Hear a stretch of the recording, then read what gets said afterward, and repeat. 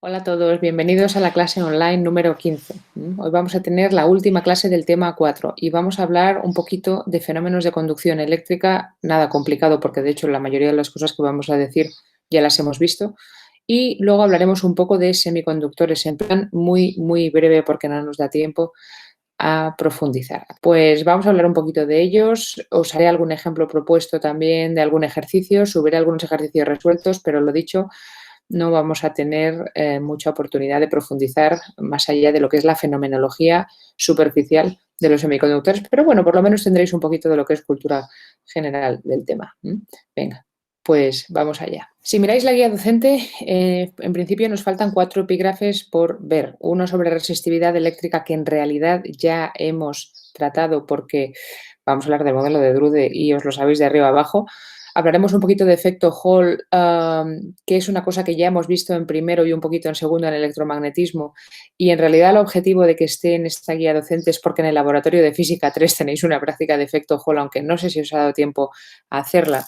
Entonces lo repasaremos rápidamente una vez más, por lo menos para que tengáis un poquito más de base si es que llegáis a hacer esta práctica o la recuperáis más adelante.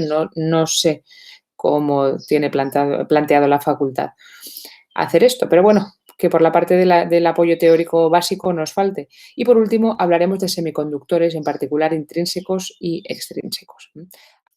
Pues vamos a hablar un poquito de propiedades de transporte. En realidad no vamos a decir nada nuevo que no hayamos visto ya.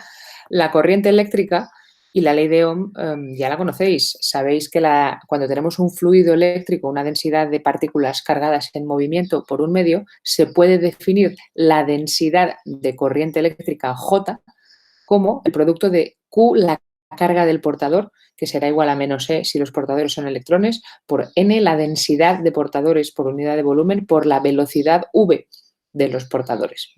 Sabéis perfectamente que el flujo de J, el número de líneas de densidad de corriente que atraviesan una superficie S a través de la cual se está moviendo la corriente, se puede correlacionar y de hecho representa la intensidad de la corriente eléctrica tal como la conocemos. Nada nuevo por aquí. Pues bueno, como bien sabéis, el primer modelo físico que explicó la corriente eléctrica en conductores fue el modelo de Drude, propuesto en 1900, que básicamente describió la corriente en metales, o sea, asumiendo que tenía un gas ideal de portadores bastante libres de moverse, como la superposición de dos efectos. Primero, una fuerza externa, el campo eléctrico, que forzaba a los electrones a moverse en una dirección dándoles una velocidad de deriva en un sentido. Y luego, además, él introdujo el hecho de que había una fricción interna, un rozamiento debido a colisiones del metal, que es el segundo fenómeno que compensa, digamos, la conducción para que se pueda dar una corriente estacionaria con una velocidad constante.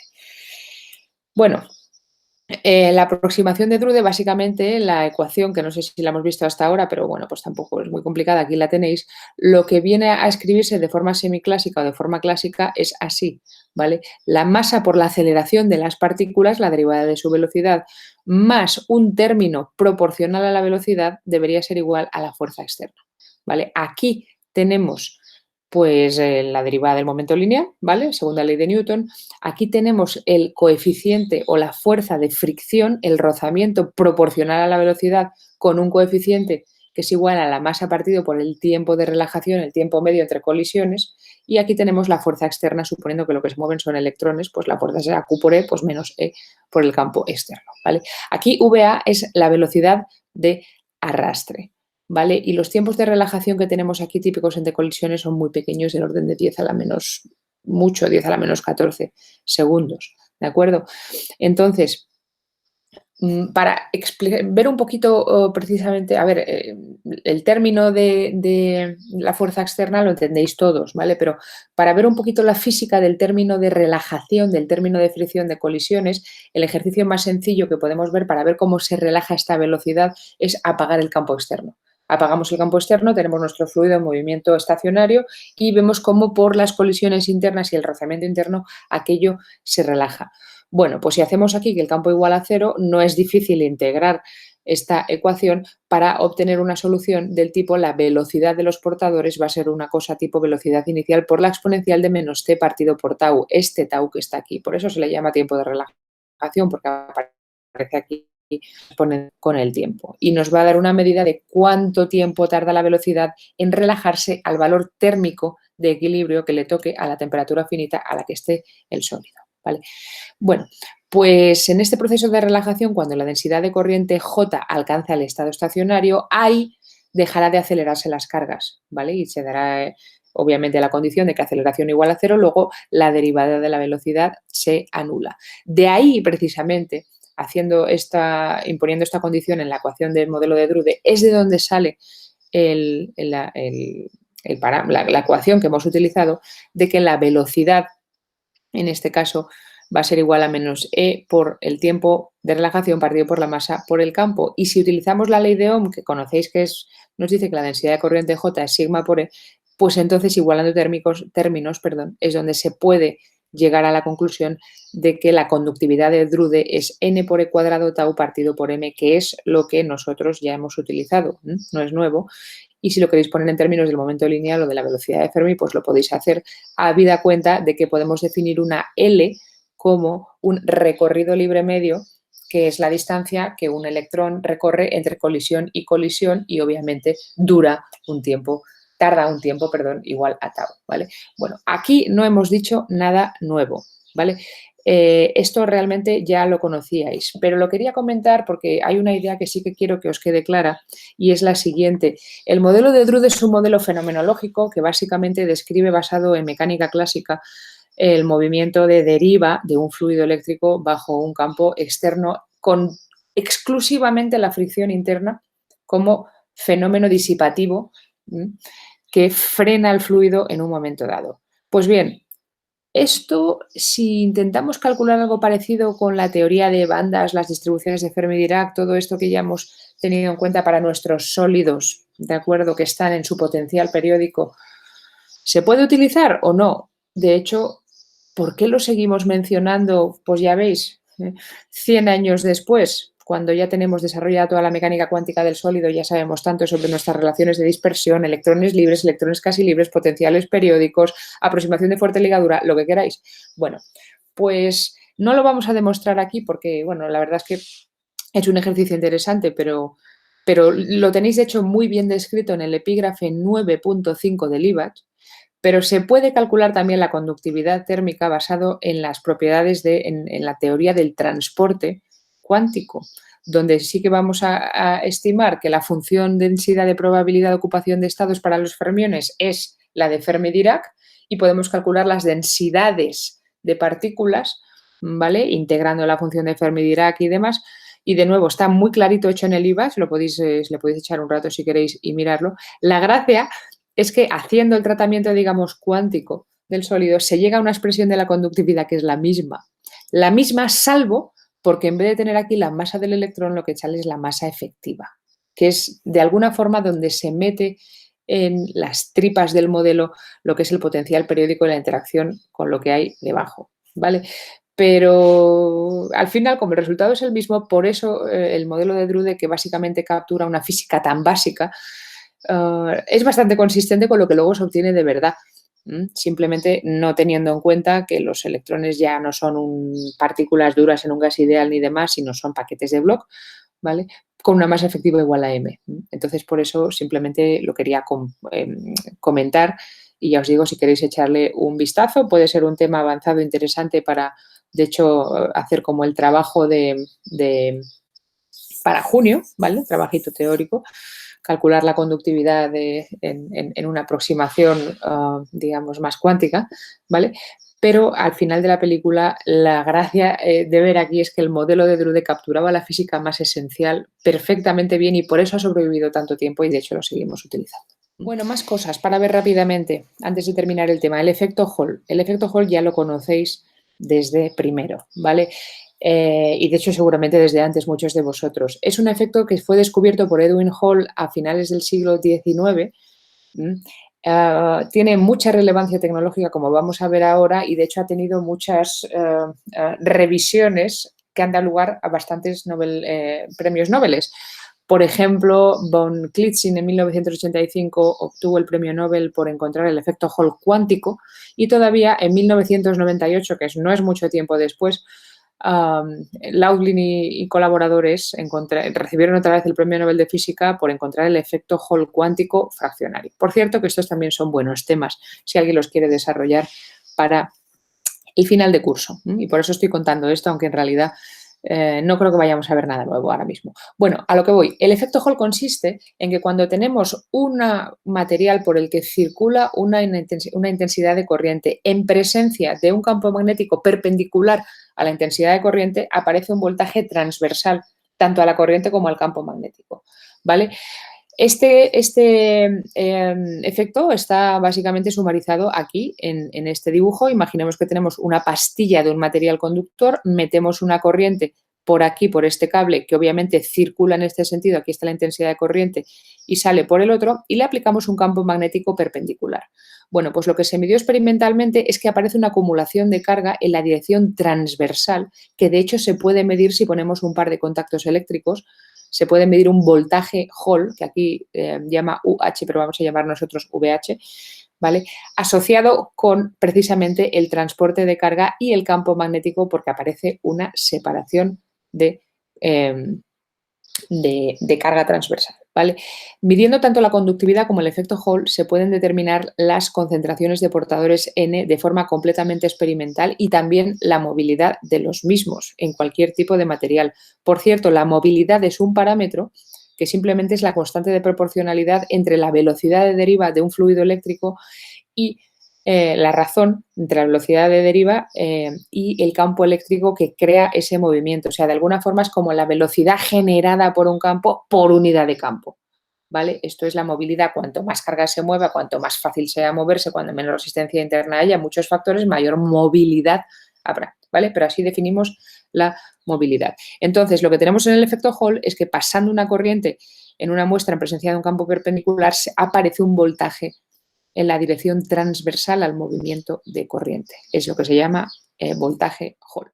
El voltaje Hall es un voltaje que se mide en la dirección perpendicular a la corriente. Fijaros dónde estoy poniendo los contactos para medir lo que es UH, lo que yo estoy llamando VH, voltaje Hall. Es un campo eléctrico transversal al transporte. Aquí la corriente va en la dirección de lo que hemos llamado eje X y el campo B en la dirección Z, ¿de acuerdo? Y es un voltaje que se puede medir fácilmente de forma experimental.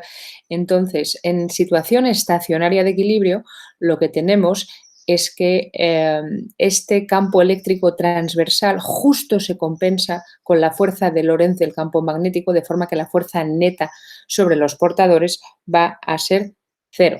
Aquí lo tenemos básicamente reflejado. La fuerza neta en la dirección del eje Y será la magnética más la eléctrica, donde este E sub I es el campo Hall, que en situación, digamos, estacionaria y constante se puede representar como el voltaje Hall partido por B, donde B es la anchura, ¿vale? La distancia entre los extremos, entre los electrodos entre los que se mide el campo Hall, ¿vale? El voltaje.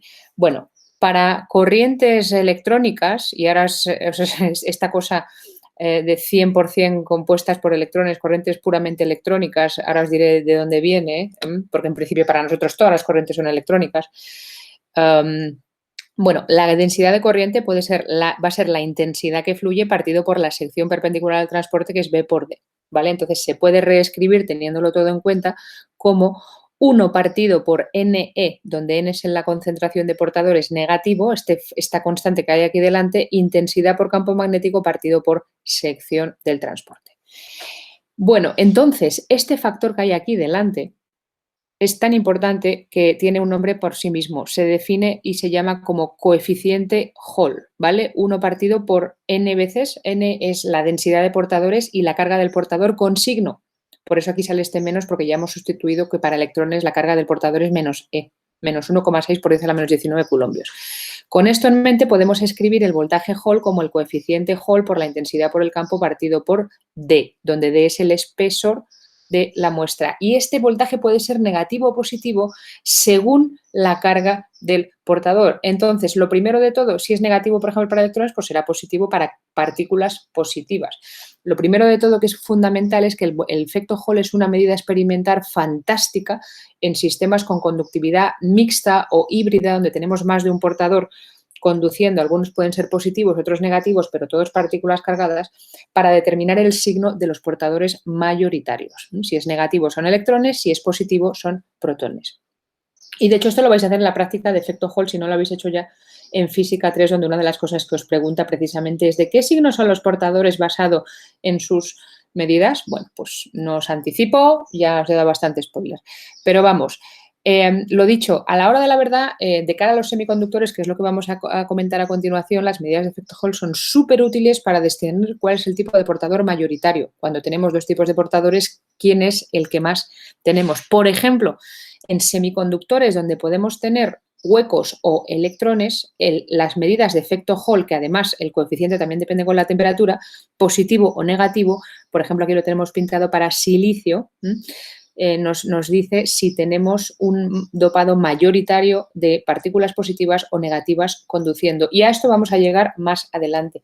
Pero simplemente deciros que en estos sistemas híbridos, imagínense un semiconductor como el silicio que tenga n electrones por unidad de volumen con movilidad mu sub n y p huecos por unidad de volumen con movilidad mu sub p, simplemente decir que, por cierto, p es la letra que se suele utilizar para designar la densidad de huecos por unidad de volumen, ¿vale? El equivalente a n electrones por unidad de volumen, pero para huecos positivos. La movilidad de los electrones y los huecos no suele ser la misma.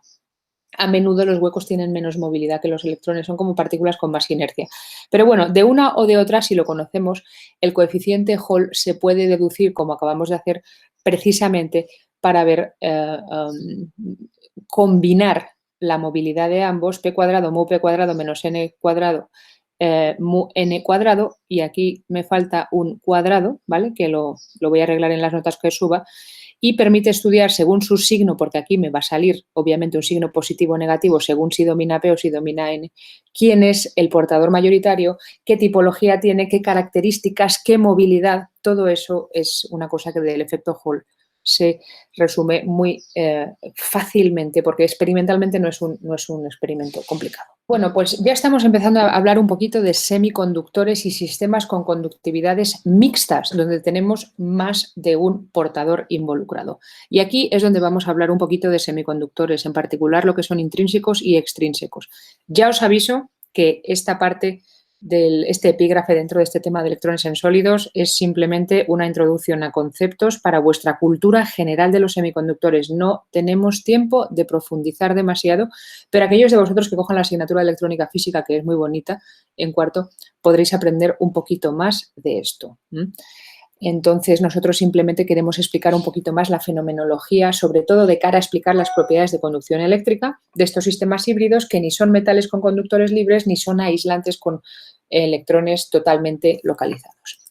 Bueno, pues lo primero de todo, ¿qué son los semiconductores? Recordar, desde el punto de vista de la estructura de bandas, ya hemos estudiado muy extensamente los dos extremos que tenemos en el sólido. Si pintamos aquí la densidad de estados en la horizontal y la energía en la vertical, ¿vale? Lo que tenemos es que para los aislantes hay una densidad de estados, una banda completamente llena, el último nivel atómico de turno que participe en el enlace, por ejemplo, el iónico, está totalmente ocupado. Luego hemos visto que surgen unas bandas de energía prohibida por encima de las cuales ya tengo bandas vacías.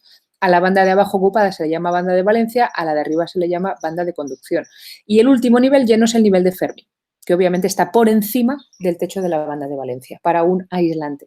En los metales la cosa es diferente porque tengo una banda continua y el nivel de Fermi está justo en medio de la banda o por lo menos a mitad de camino. Aquí en amarillo sombreado estoy representando, por cierto, los estados ocupados y en blanco los desocupados. En un metal tengo el nivel de Fermi más o menos en un punto intermedio de una banda, en la que fuera, y los electrones justo por debajo se pueden excitar fácilmente a estados disponibles por encima para conducir eléctricamente o lo que haga falta, ¿de acuerdo? En los aislantes hemos dicho que los niveles de estas bandas de energía prohibida tienen anchuras de unos pocos electronvoltios, 2, 3, 4 y 5, y obviamente en los metales no hay una banda de energía prohibida en el nivel de Fermi. Ya hemos comentado con anterioridad que hay un caso intermedio entre una aislante y un metal, que es lo que precisamente llamamos semiconductor, en el de energía prohibida no son excesivamente anchas, ¿de acuerdo? Imaginaros que la anchura de este gap es del orden de unas décimas de electronvoltio, un electronvoltio como mucho. Esto sobre todo pasa en los compuestos con enlace covalente, ¿de acuerdo? Donde tenemos los electrones que participan en el enlace no están completamente localizados en niveles internos del átomo como en el enlace iónico, están deslocalizados, pero entre los átomos que formalizan el enlace, ¿de acuerdo? Entonces están un poco deslocalizados, pero no tanto como en el enlace metálico donde tenemos la banda de conducción totalmente deslocalizada. ¿De acuerdo? Esa cosa a medio camino da lugar a unos esquemas de bandas que tienen bandas de energía prohibida estrechas. Son los compuestos covalentes, típicamente la mayoría de los elementos del grupo 4, el silicio o el germanio, ¿vale? O también podemos tener compuestos covalentes mixtos de donde tenemos un elemento del grupo 3 que se enlaza con uno del tipo 5, arsenuro de galio, cosas así, o incluso elementos del grupo 2 que se enlazan con elementos del grupo 6, un poquito más iónicos todavía, pero todavía bastante covalentes. Suelen tener estructuras del tipo sulfuro de zinc, recordar, este es un compuesto cúbico, una base doble desplazada al segundo átomo un cuarto por la diagonal, ¿vale?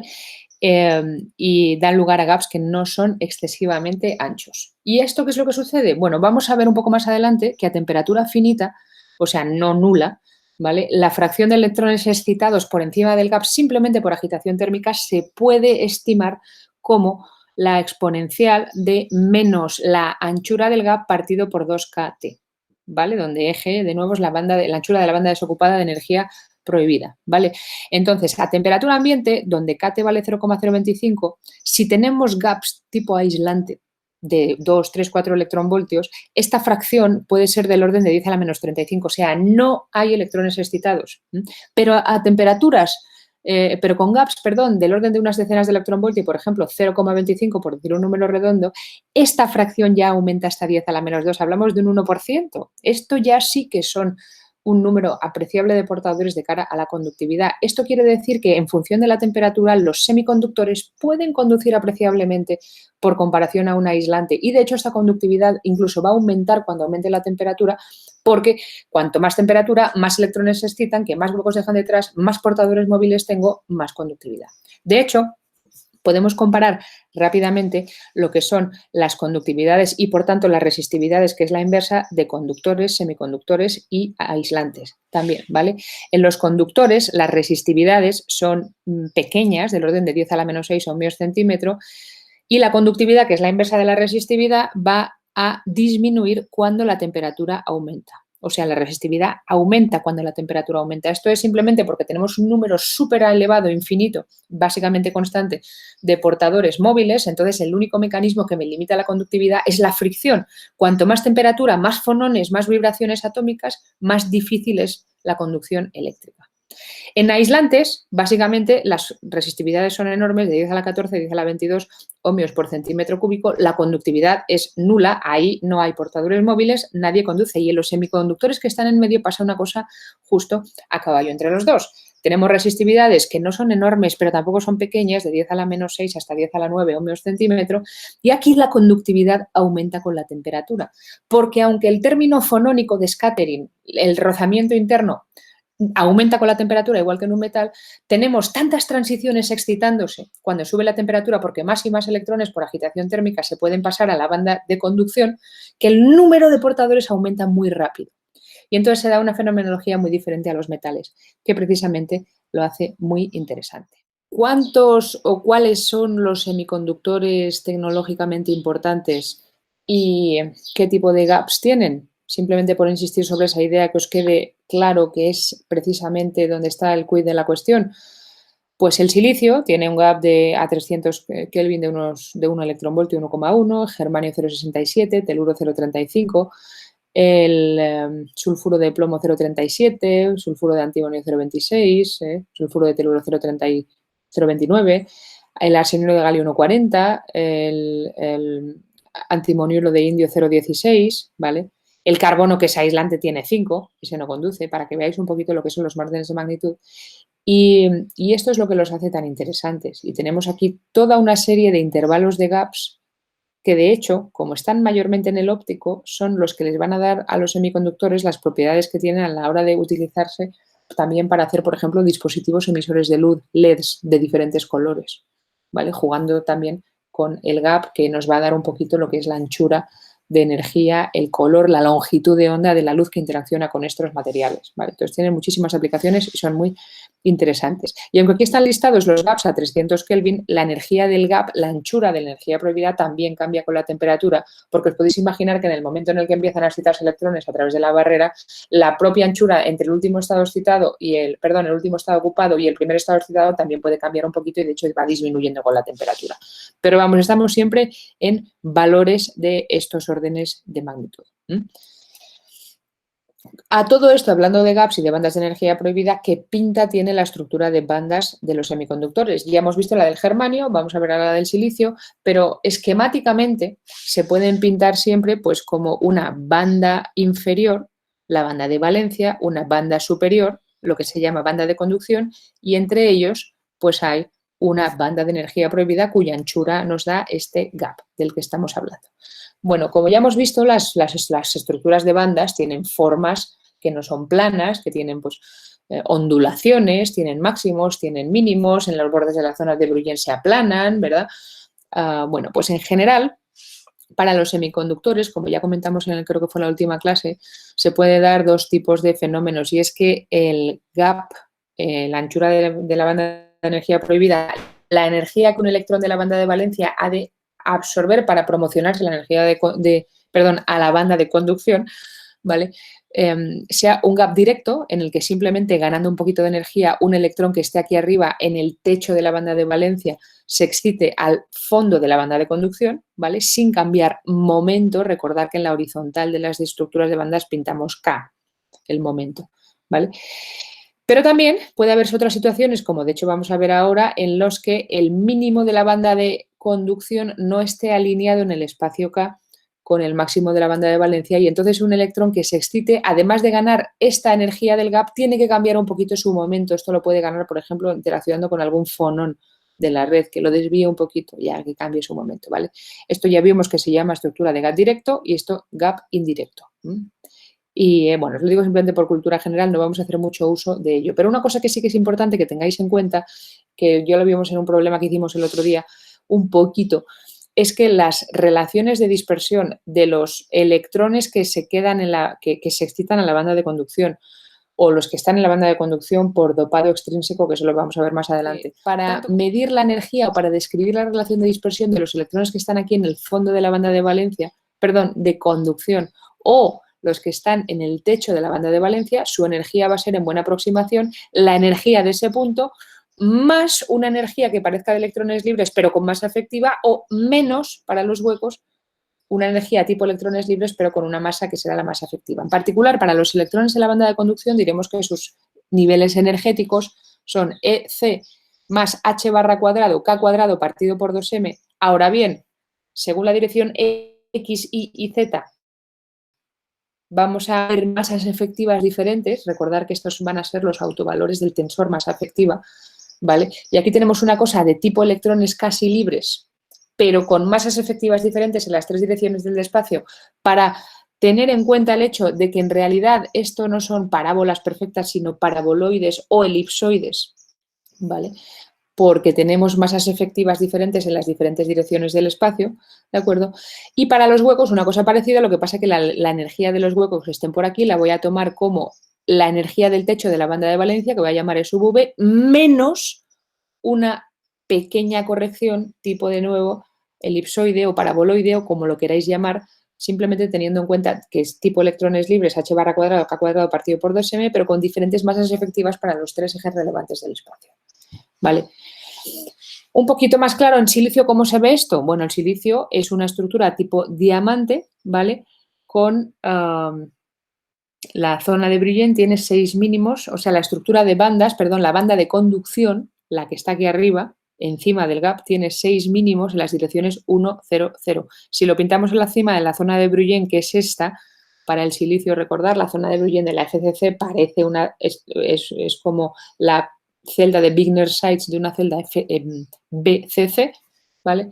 espacio real FCC, espacio recíproco BCC, pues aquí tenemos la zona de Brillouin del silicio. Las direcciones 1, 0, 0 son las que van a estos puntos que están en la vertical, el X, estos, o sea, los que están aquí marcados, ¿vale? Y en esas direcciones lo que tenemos es que al aproximarnos al borde de la zona de Brillouin se suele pintar que estas bandas con forma paraboloide, ¿vale? Las superficies de energía constante ya no van a ser esferas, no son electrones libres, pero van a ser tipo elipsoides y por eso se pintan aquí como estos elipsoides en las tres direcciones 1, 0, 0.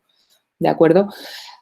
Tenemos que hay dos bandas de valencia degeneradas porque ambas se tocan, tanto una como otra, aquí, justo al llegar al intervalo de energía prohibida, ¿vale? Y las masas efectivas del silicio se conocen bastante bien. La longitudinal vale una vez la masa del electrón y la transversal 0,2 veces la masa del electrón. Es mucho más ligero en esa dirección. El gap del silicio tiene una anchura de 1,1 electronvoltios, más o menos. Y este es el tipo de estructuras de banda que tenemos. Fijaros que en el silicio tenemos un gap, como ya vimos en el germanio, también de tipo indirecto. Un electrón que quiera excitarse térmicamente y pasar del techo de la banda de valencia a niveles excitados, perdón, niveles desocupados, también excitados, pero vamos, quería decir desocupados en el fondo de la banda de conducción, tiene que ganar la energía del gap 1,1 electronvoltios, que la puede ganar de la temperatura, pero además cambiar un poquito su momento. ¿Vale? Vamos a necesitar un poquito algún fonón que le pegue un choquecito a ese electrón. Esto es un tipo gap indirecto. Bueno, pues a la hora de hablar de transiciones, de densidades de portadores, de cuántos huecos tengo, cuántos electrones y últimamente con el objetivo de llegar a poder escribir la conductividad eléctrica, ¿vale? En un semiconductor, ¿de acuerdo? Ese es nuestro objetivo final, es explicar una propiedad física, por ejemplo, la conductividad, ¿vale? Vamos a tener que hablar un poquito de la densidad de portadores, o sea, cuántos electrones o huecos tengo por aquí o por allá, porque esos van a ser los que me den lugar a conductividad, esos van a ser los portadores móviles, ya sea electrones negativos o huecos positivos. Entonces, vamos a escribir las ecuaciones de la densidad de portadores en el caso de un semiconductor. Va a salir una cosa parecida a la de un metal, que van como la raíz de E, pero un poquito diferentes. Vamos a verlo, ¿vale? Una cosa que sí tiene que estar clara es que esas densidades de portadores, al contrario que en un metal, van a depender fuertemente de la temperatura. A 0 Kelvin, donde no hay, todos los electrones están en su estado de mínima energía y no hay excitaciones térmicas porque no hay temperatura, los semiconductores son aislantes. Pero la agitación térmica a temperaturas finitas sí que puede dar suficiente energía para que algunos portadores se puedan excitar, pasen a la banda de conducción, los electrones conduzcan. Y los huecos que se queden detrás de la banda de valencia sin ocupados también se puedan mover por un mecanismo tan sencillo como que si tengo un hueco aquí y pongo un campo eléctrico, un electrón que está aquí puede saltar al hueco y entonces el hueco se ha movido para allá. ¿Vale? Tan fácil como eso. Bueno, las densidades de portadores, tanto para electrones, vamos a hablar de electrones en la banda de valencia N sub C, perdón, uy, qué lío llevo. A ver si os enteráis de algo, majetes y majetas, porque vamos, estoy atocinada. Electrones en la banda de conducción, NC, o huecos en la banda de valencia, PV, ¿vale? NC va a ser el número de electrones por unidad de volumen en la banda de conducción, solo en la banda de conducción, y PV va a ser el número de huecos por unidad de volumen que quedan en la banda de valencia y solo en la banda de valencia, ambos van a depender de la temperatura, y la forma obvia que tenemos de estimarlos es la siguiente. Para electrones estimaremos desde una integral de la energía que va a todos los electrones, el fondo de la banda de conducción hasta infinito, ¿vale? De la densidad de estados tridimensional en la banda de conducción multiplicado por la probabilidad de ocupación de cada estado, que es la función de Fermi-Dirac. O sea, nada nuevo, estamos utilizando las mismas expresiones que hemos utilizado en todo el curso. Y aquí tenemos que este parámetro beta es 1 partido por kT, y mu es el potencial químico, que ya sabemos en bastante buena aproximación, y desde luego a 0 Kelvin es la energía de Fermi, ¿vale? Bueno, esto sería la densidad de electrones en la banda de conducción. Simplemente ya os digo, en la banda de conducción metemos aquí estos límites de integración desde EC hasta infinito. Y, por supuesto, para los huecos que quedan detrás en la banda de valencia, lo que tenemos que hacer es una integral al contrario, contar cuántos espacios desocupados me quedan en la banda por debajo del gap de energía prohibida, o sea, integraremos desde menos infinito en energía hasta el techo de la banda de valencia, que es donde empieza la banda de energía prohibida, o sea, E sub V, de la densidad de estados en la banda de valencia, el número de estados de energía disponibles, y ahora multiplicados por una probabilidad de ocupación que también tiene que ser tipo Fermi-Dirac, pero ha de ser la inversa, ¿vale? Si la distribución de Fermi-Dirac nos da la cantidad de electrones, pues si yo lo que quiero saber es la cantidad de huecos que son estados electrónicos desocupados, tendré que hacer 1 menos la cantidad de electrones. Y por eso aquí nos queda esta distribución de probabilidad dentro, ¿vale? Si hacemos esta cuenta, por cierto, no es difícil ver que lo que me queda aquí es una cosa de este estilo, parecida a la que tenemos arriba, pero en vez de quedarme abajo E menos el nivel de Fermi partido por KT, o sea, multiplicado por beta, me queda beta por mu menos E, ¿vale? Esta es la densidad de huecos en la banda de valencia. Nada complicado hasta el momento.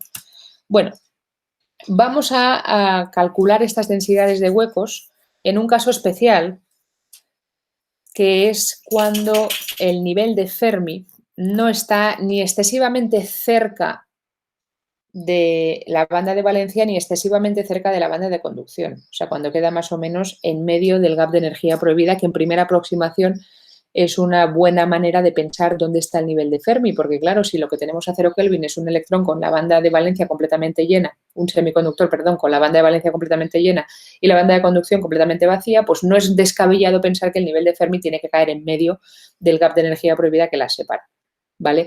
Bueno, pues en este caso, cuando el nivel de Fermi, que es el potencial químico, no está ni muy cerca de la banda de conducción, ni muy lejos de la banda de valencia, o sea, ni muy cerca de la banda de valencia, y ya os voy a decir luego que esto es una cosa que se llama tener un semiconductor no degenerado, ¿vale? Hay semiconductores degenerados, sí.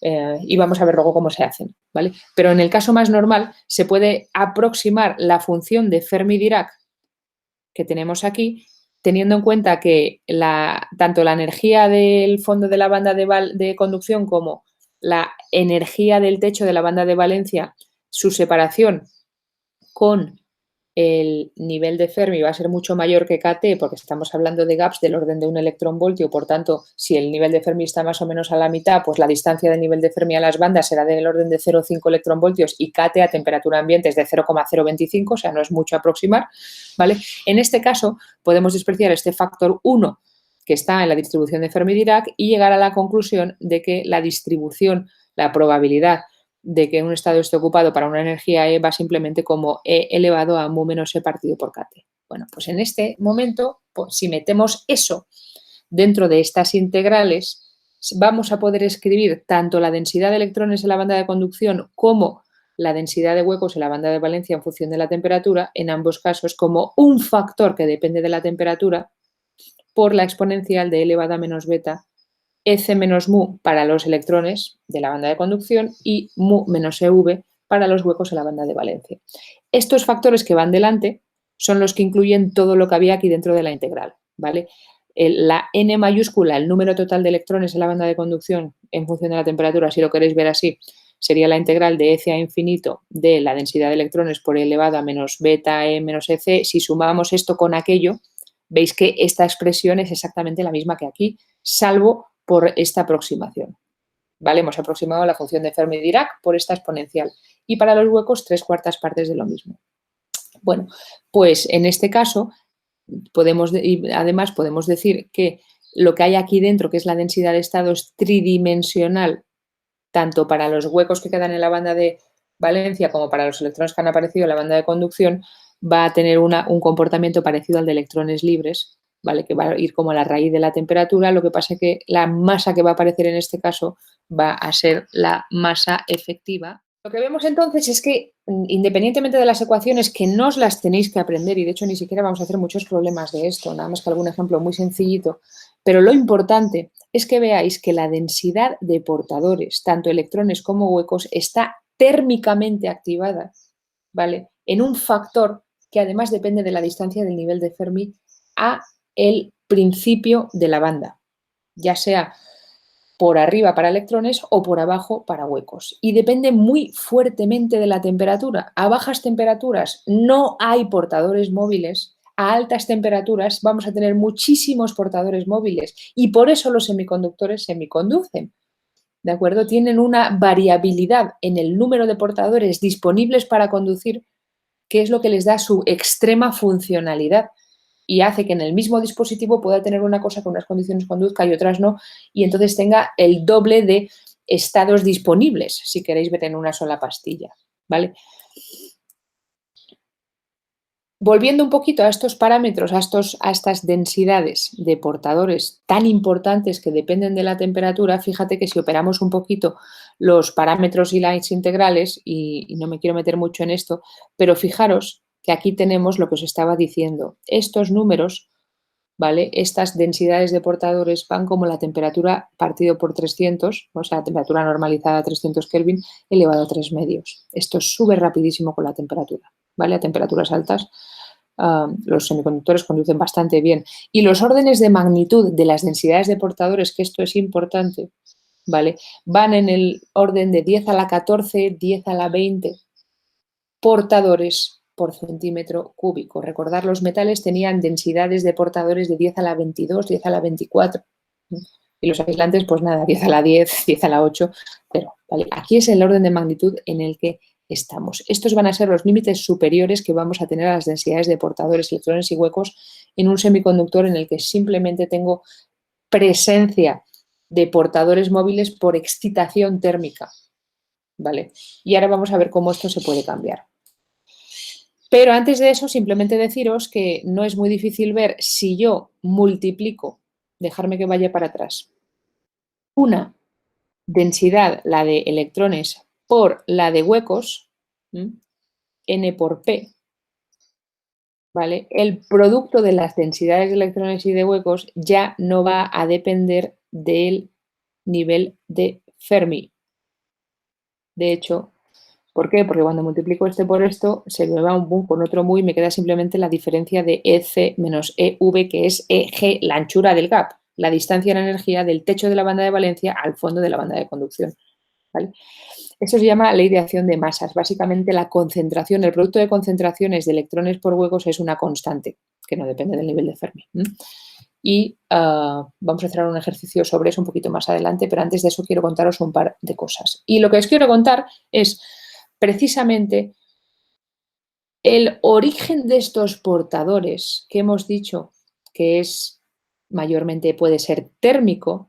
Es el único origen, porque realmente una cosa que tenga 10 a la 14, 10 a la 15 portadores por centímetro cúbico no conduce demasiado. ¿Tengo algún mecanismo con los semiconductores o con estos materiales covalentes para meter yo de forma controlada externa más portadores de carga móviles? La respuesta es sí, es metiendo impurezas. De forma que los portadores de carga móviles en los semiconductores en realidad vienen de dos fuentes. Por una parte, de las excitaciones térmicas, de la agitación térmica, excitaciones a través del gap, y por otra, de impurezas que yo puedo meter en el material. ¿Impurezas qué son? Recordar la clase de defectos que vimos en Semana Santa, que en un material uno puede, un material perfecto, una red de Bravais, un sólido, ¿vale? Podemos en un momento dado agarrar un átomo de un sitio, quitarlo y meter un átomo de otra cosa y tener una impureza sustitucional, un defecto, donde tiene que haber, por ejemplo, en germanio, como tenemos aquí, una red de germanio cúbica donde tenemos dos enlaces covalentes entre todos los germanios que tienen valencia 4 y así todos están contentos y enlazados, y imaginaros que en un sitio agarro y quito un germanio y meto una impureza como el indio que es trivalente. Quien dice indio dice boro, lo que queráis, pero una impureza que ya no es tetravalente, es trivalente. ¿Qué es lo que sucede en este caso? Pues fijaros, si el indio es trivalente, tiene valencia 3, solamente puede formar 3 enlaces covalentes con los vecinos de germanio. Y hay uno que se queda sin llenar. Esto se va a comportar como un hueco. Y de hecho, este agujero va a querer absorber o chupar electrones de otros enlaces que estén por aquí cerca, ¿vale? Pero claro, si lo hace, si este hueco se llena con un electrón, por ejemplo, de este enlace, inmediatamente aparece un hueco aquí. Y así podemos meter un hueco que además se puede mover si tenemos una fuerza externa, por ejemplo, un campo eléctrico que proporcione energía al hueco. Estos se llaman impurezas aceptoras. ¿Por qué aceptoras? Porque aceptan electrones de los demás, ¿vale? Quieren absorber electrones de los demás y lo que hacen es meter huecos en el sistema. Cada impureza aceptora trivalente me mete un hueco en el sistema. Y el sistema tiene estoquiometría neutra, neutralidad de carga total, porque claro, esto es una impureza trivalente, pero tiene el mismo número de electrones en la corteza que de protones positivos en el núcleo. O sea, no estoy cambiando, digamos, la carga del sistema sigue siendo neutro, pero he creado un hueco que se puede mover, ¿vale? Un portador móvil. De la misma forma, ¿qué es lo que sucede si en vez de meter una impureza, por ejemplo, trivalente, meto una pentavalente? Por ejemplo, un arsenio o un fósforo. El arsenio tiene 5 electrones en la última capa. Formará 4 enlaces covalentes al sustituir a un germanio con los vecinos y todavía le sobrará uno que no sabrá muy bien qué hacer. Os podéis imaginar que es muy fácil con un poquito de temperatura que este electrón se separe de su arsenio, que ya tiene 8 electrones en la última capa con sus 4 enlaces covalentes, se excita la banda de conducción, se delocalice y conduzca. ¿Vale? En este caso, la impureza pentavalente lo que ha hecho ha sido donar un electrón y he metido un electrón de más en el sistema, pero de nuevo sin alterar, y esto es importante, su estoquiometría, su carga. Tenemos un arsenio que tiene no sé cuántos electrones y no sé cuántos protones, o sea, la carga neta del sistema sigue siendo cero, pero ahora tenemos un electrón libre en algún sitio. ¿Vale? Esto se llaman impurezas dadoras o donadoras. ¿Vale? Cuando metemos impurezas aceptoras o impurezas donadoras en un sistema, inmediatamente el número de electrones y de huecos deja de ser el mismo. Fijaros, en el caso anterior, cuando teníamos lo que estábamos discutiendo hasta ahora antes de meter impurezas, simplemente que aparecían portadores móviles por excitaciones térmicas, cuando aparecía un electrón en la banda de conducción solo era si se formaba un hueco en la banda de valencia. El número de electrones era igual al número de huecos, ¿vale? Bueno, en este caso, el número de electrones y el número de huecos se va a descompensar, porque si yo meto impurezas aceptoras, voy a meter huecos tantos como impurezas aceptoras. Y no hay ningún electrón en ningún sitio para compensarlos. O al revés, si meto una cantidad N mayúscula de impurezas donadoras, cada una de ellas me va a dar un electrón, voy a meter N mayúscula electrones de más sin huecos para compensarlos. En este caso, las concentraciones ahora de electrones en la banda de conducción o de huecos en la banda de valencia ya no van a ser iguales. Y aquí tenemos los dos tipos de semiconductores que queríamos introducir, intrínsecos y extrínsecos. El semiconductor intrínseco es el primer caso. El semiconductor, que es un cristal perfecto, sin impurezas, y todos los portadores móviles que aparecen es por excitación térmica. Y entonces, si me aparece un electrón, queda un hueco. Y la densidad de electrones en la banda de conducción es siempre igual a la densidad de huecos en la banda de valencia, igual a lo que se suele llamar concentración intrínseca. ¿Vale? Que obviamente depende de la temperatura, como ya hemos visto, y todo lo que queráis. Pero el número de electrones es igual al número de huecos, igual a la concentración intrínseca, y de hecho, si yo multiplico N por P, va a ser igual a Ni cuadrado. Las concentraciones intrínsecas se miden, ¿vale? Y entonces, pues es una ecuación que se utiliza muy a menudo. NP igual a Ni cuadrado, porque a veces pues uno sabe cuántos electrones tiene, pues quieres saber cuántos huecos, te miras la concentración intrínseca y despejas. Esto lo vamos a ver en un ejemplo. Pero vamos, a lo que voy es que la concentración intrínseca obviamente va a ser, por el mismo motivo, la raíz cuadrada de N por P. Y si me voy a las ecuaciones que tengo detrás, se puede escribir fácilmente como esta expresión que veis que está térmicamente activada precisamente en la fracción E elevado a menos energía del gap partido por 2kBt que decíamos al principio que me daba la fracción de electrones excitados térmicamente. ¿Vale? Esto es el semiconductor intrínseco. Intrínseco porque todos los portadores móviles son intrínsecos al material, no he metido nada desde fuera. Son sus propios electrones que se excitan. ¿De acuerdo? Bueno, pues en este caso, operando un poquito, no es difícil llegar a ver que en el potencial químico, o sea, el nivel de Fermi de un semiconductor intrínseco se puede escribir como una energía que es el techo de la banda de conducción más la mitad del gap. Estoy poniendo ya el nivel de Fermi en mitad del gap, me queda todavía un trozo igual a eje medios para llegar a la banda de valencia, más una pequeña corrección que depende de la temperatura y de las masas efectivas de huecos en la banda de valencia y electrones en la banda de conducción. Lo que estoy llamando aquí MV y MC.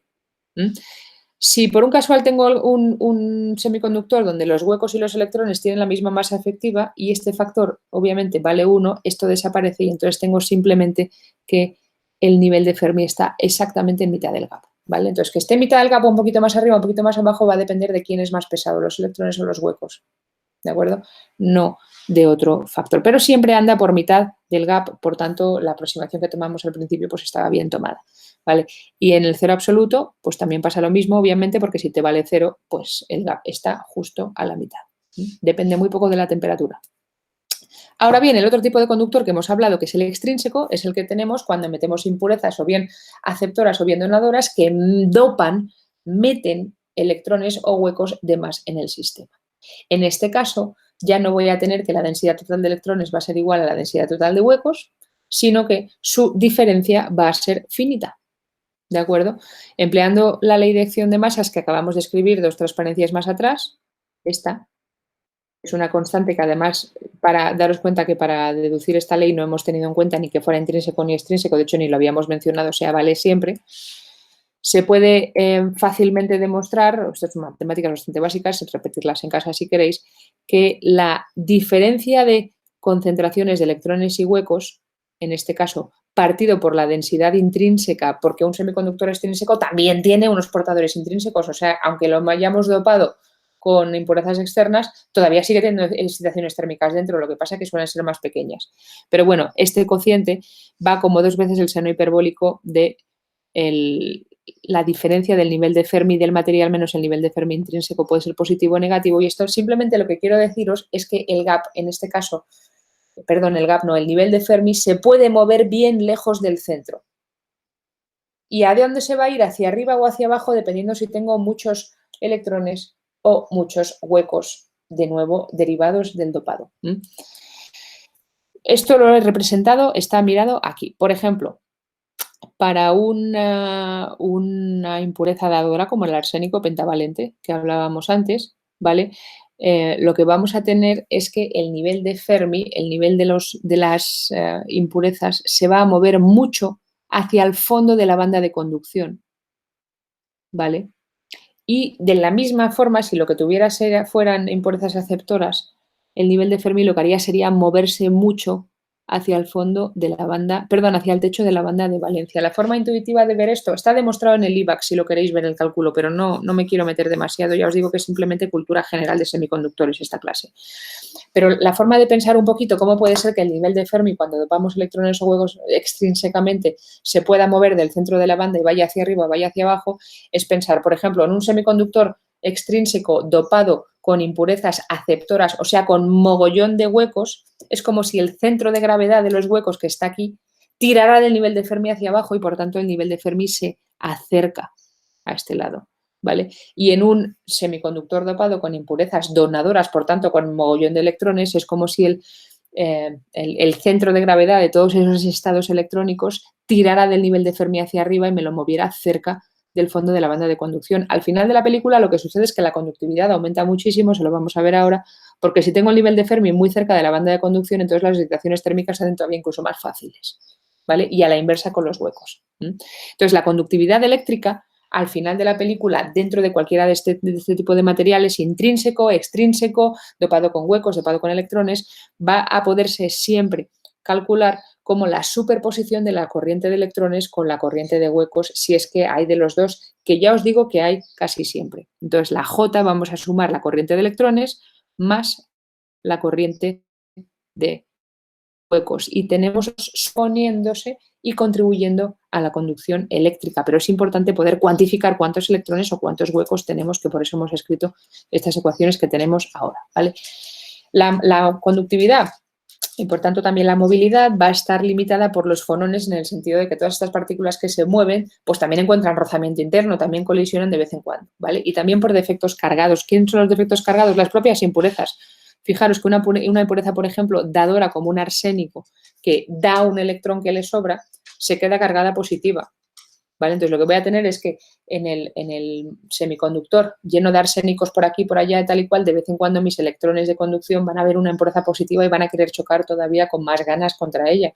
Para las impurezas aceptoras pasa lo contrario. Cuando una impureza aceptora acepta un electrón de cerca, se queda cargada negativa, porque su núcleo tiene un protón de menos para compensar este este proceso de ionización, ¿vale? Entonces, las impurezas están cargadas y actúan como centros de scattering igualmente. Así que tenemos un término adicional que se une a la fricción interna a la hora de conducir, pero eso lo vamos a meter siempre en la movilidad. Recuerda que la movilidad la definimos como la velocidad por unidad de campo aplicado, ¿vale? Entonces, pues obviamente si hay mucho rozamiento habrá menos velocidad para un mismo campo. Entonces, eso está todo metido. Pero bueno, un ejemplo sencillo de problema fácil de ver, que no tiene para ver un poco la física del sistema, pero sin mucha matemática tampoco, sería, por ejemplo, el 6.3. El 6.3 lo que nos dice es que el germanio intrínseco tiene una resistividad de 47 ohmios por centímetro a temperatura ambiente. Ojo, germanio intrínseco, ya nos dice, este es el que está sin dopar, el que solamente tiene portadores excitados térmicamente, ¿vale? Y de hecho a temperatura ambiente 300 Kelvin tiene una resistividad de 47 ohmios por centímetro y se sabe, además, por ejemplo, por un experimento de efecto Hall o de otra cosa, que las movilidades de electrones y huecos están en la relación mu sub n partido por mu sub p igual a 2. O sea, la movilidad de los electrones es el doble que la de los huecos, ¿vale? Bueno, pues nos preguntan determinar la máxima resistividad posible a temperatura ambiente y el tipo de dopado N o P que puede producirla. Lo dicho, podemos jugar con la conductividad y por tanto con la resistividad, que es la inversa de la conductividad de estos materiales, simplemente con dopados y temperaturas, ¿vale? Entonces aquí me están preguntando qué dopado tengo que meter a temperatura ambiente para que el germanio sea lo más resistivo posible. ¿Y será dopado tipo N o dopado tipo P? ¿Dopado con electrones o dopado tipo huecos? Como tienen movilidades diferentes, obviamente van a dar lugar a conductividades diferentes. Entonces, aquí tenemos una serie de factores del puzzle que es interesante para ver cómo afecta a cada uno. Pues escribiremos las expresiones de la conductividad intrínseca y extrínseca. La intrínseca es muy fácil porque la densidad de electrones y de huecos es siempre la misma y es igual a n sub i. P igual a n igual a n sub i. Recordad hace un par de transparencias. Entonces, la conductividad habrá que sumar la conductividad de los electrones y la conductividad de los huecos y entonces, como sabemos además que una es el doble de la otra, no es difícil llegar a la conclusión de que la conductividad intrínseca será 3 veces la carga del electrón por la movilidad del hueco por la densidad intrínseca. Eso por un lado.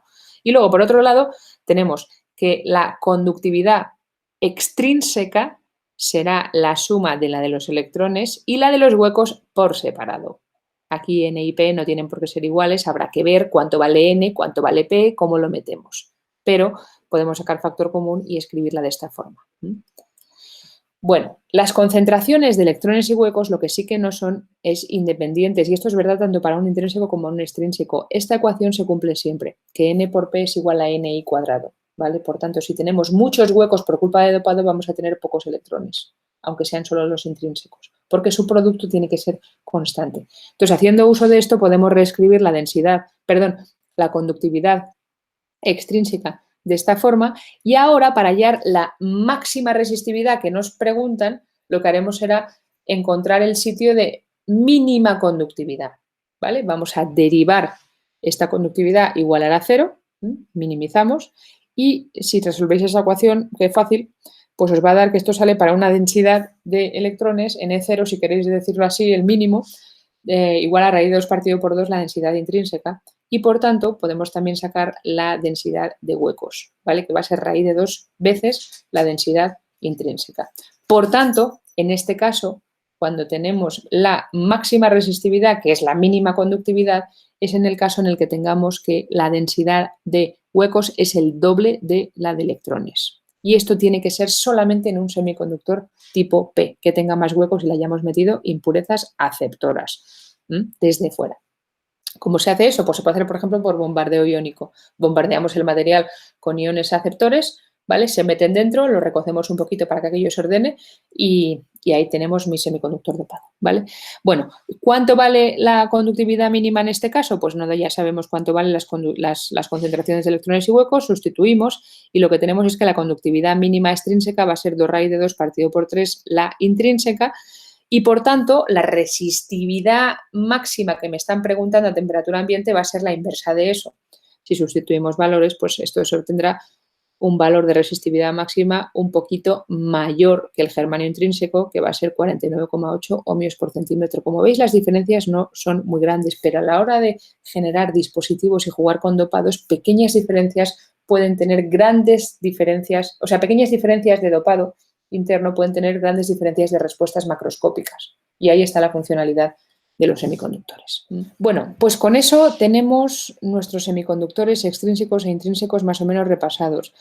Esta clase no ha pretendido ser nada más que una breve introducción a la cultura general de los semiconductores, que sepáis que existen, que sepáis cuál es su fenomenología general, cómo podemos meter este tipo de portadores que decíamos que sí antes que hemos dicho que íbamos a explicar, ¿de acuerdo? Cuando hablábamos de metales, de aislantes y cómo están estos materiales metidos ahí en medio. Por desgracia, no tenemos mucho tiempo, como he dicho, de profundizar muchísimo más, pero os aviso que son unos materiales fascinantes que han permitido nuestro desarrollo tecnológico.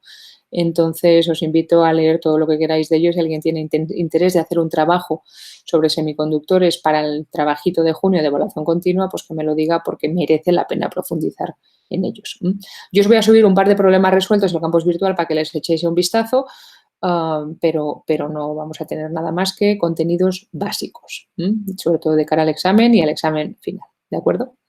Bueno, pues con esto vamos a terminar el tema 4. No vamos a hablar de respuesta en frecuencia porque no nos da tiempo. La próxima clase, que ya os colgaré dentro de 2 o 3 días, vamos a empezar ya a hablar de fenómenos cooperativos, el tema 5. ¿Qué es lo que nos falta por ver? Fijaros que hemos visto el sólido desde el punto de vista de la interacción fonón-fonón, o sea, de partículas de la red con partículas de la red. Hemos visto interacción electrón-red, que es de lo que iba este tema, mayormente, cómo salen las bandas de energía, teorema de Bloch, qué tipo de autoestados, qué tipo de funciones, qué tipo de orbitales del sólido nos salen. Nos falta por ver un término, vamos ya voy a usar este dedo, el término electrón-electrón, que era el tercer término que faltaba en nuestro hamiltoniano. De eso es lo que va el tema 5. Vamos a hablar de interacciones entre electrones y de la fenomenología a la que dan lugar. Hablaremos un poquito de plasmones, oscilaciones colectivas de la red de electrones. Hablaremos de magnetismo. El magnetismo mayormente en los sólidos se explica desde la interacción electrón-electrón. Y hablaremos un poquito de superconductividad, que es un poquito de hecho de electrón-fonón también. Pero bueno, todos son fenómenos cooperativos con correlaciones electrónicas importantes entre ellos. No sé si antes del 29 de mayo nos va a dar tiempo a terminarlo todo, pero lo que no nos dé tiempo, lo que haré será subiros alguna clase online durante junio, pero para vuestra información, no entrará en el examen, simplemente para que tengamos el temario terminado y podáis tener acceso a esa información si así lo necesitáis, ¿de acuerdo? Bueno, pues con eso terminamos y nos vemos en un par de días. Hasta pronto.